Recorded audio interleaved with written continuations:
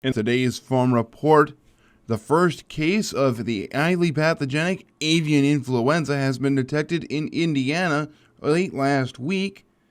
Rod Bain with the U.S. Department of Agriculture has more on the USDA response. Since the outbreak last year and all the lessons learned from that, there's been a lot of good work to increase our preparatory efforts at the federal side, the state side, and the industry side. Now Associate Deputy Administrator of USDA's Animal and Plant Health Inspection Service, TJ Myers, and others are putting those preparatory efforts to practice with the recent announcement of the first case of highly pathogenic avian influenza in the U.S. this year, discovered in a commercial turkey flock in Indiana.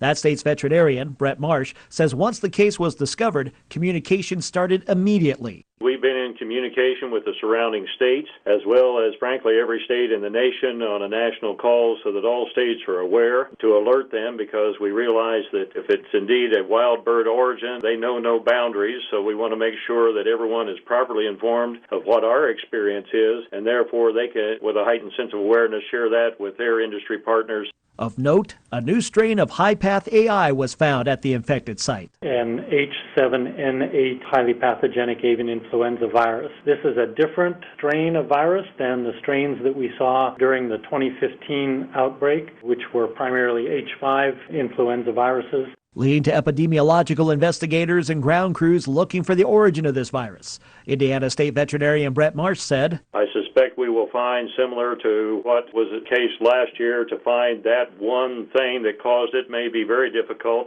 Meanwhile, samples from the infected facility have been collected and placed in virus isolation to determine more information on the gene segments to this strain of high-path AI.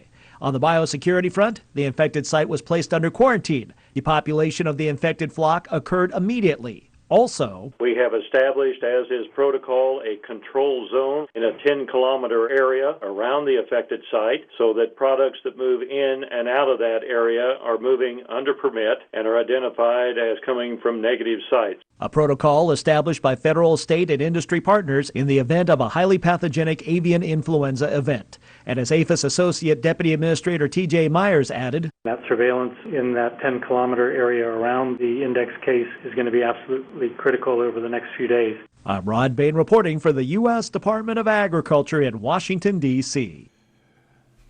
A USDA microloan program has been expanded, now covering more types of investments for both new and smaller farmers and ranchers, including real estate purchases and other building construction projects, according to Farm Service Agency Administrator Val Docini.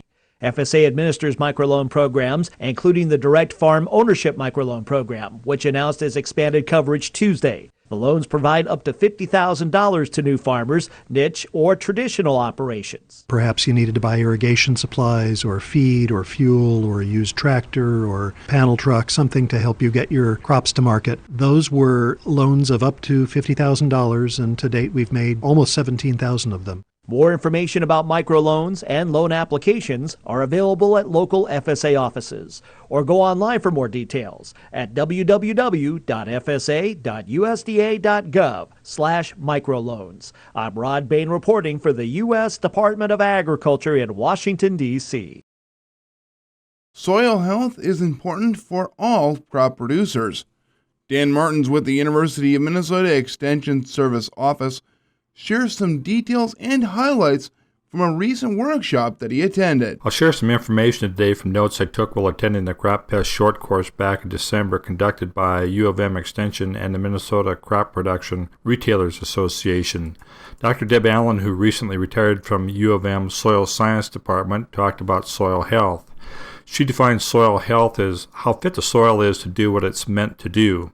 If soil in a field is meant to grow a crop, then how good of shape is it in for supporting a crop? That might have to do with physical conditions related to good root development, suitable drainage, while still holding adequate water and nutrients for the crop. Soil health for a forest, a cornfield, an alfalfa field, the banks of a manure storage basin will have somewhat different parameters. Soil scientists like to come up with quality indicators. The rest of us also need a way to quantify and talk about various characteristics of the soil that matter in given situations. This might have to do with soil biology, soil chemistry, soil physical characteristics, and other things. Deb made reference to an online soil health manual and assessment tool from Cornell University. One tool is a 7-day anaerobic incubation test to evaluate the soil for active carbon. It's meant to give an indication of soil organic matter and other biological organisms in the soil. One of the soil health tests we read about commonly is the Solvita test. This is basically a 24-hour incubation test where microbial activity is supposed to indicate the potential for carbon and nitrogen mineralization. The test provides real information. The question is, can we use the information to improve decision made about the amount of supplemental nitrogen or other crop nutrients needed by the crop? Are the results repeatable and consistent for being reliable for making specific decisions? People working with this test have found that the results are affected by how wet the soil is. That seems logical. Then it's important to figure out how to dry or wet the soil correctly in the lab, depending on whether it's a more sandy soil, loamy soil, or clay soil. Deb said the organic matter content of the soil is still really a better predictor of nitrogen that can be mineralized from the soil related to nitrogen recommendations.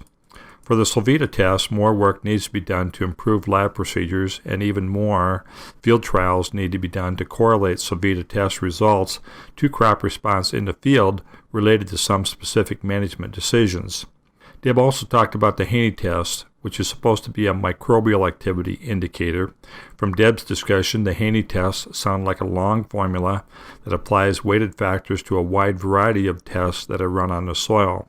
Perhaps even more than the Solvita test, the Haney test lacks field trials that provide a reliable correlation between test results and the decisions that you make about management practices in the field.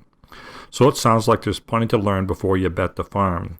And it's important with any test or recommendation process to apply your common sense and experience to the situation.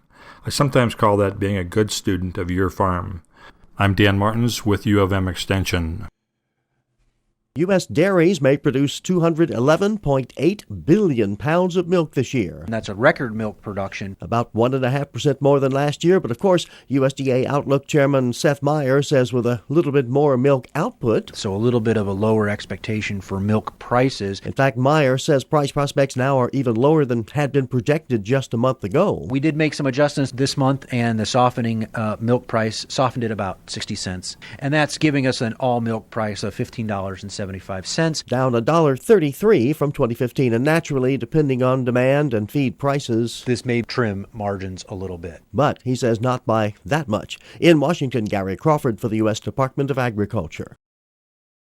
Get the latest in farm news at fallsradio.com. Also at fallsradio.com, you can like us on Facebook. Search for Little Falls Radio Ag.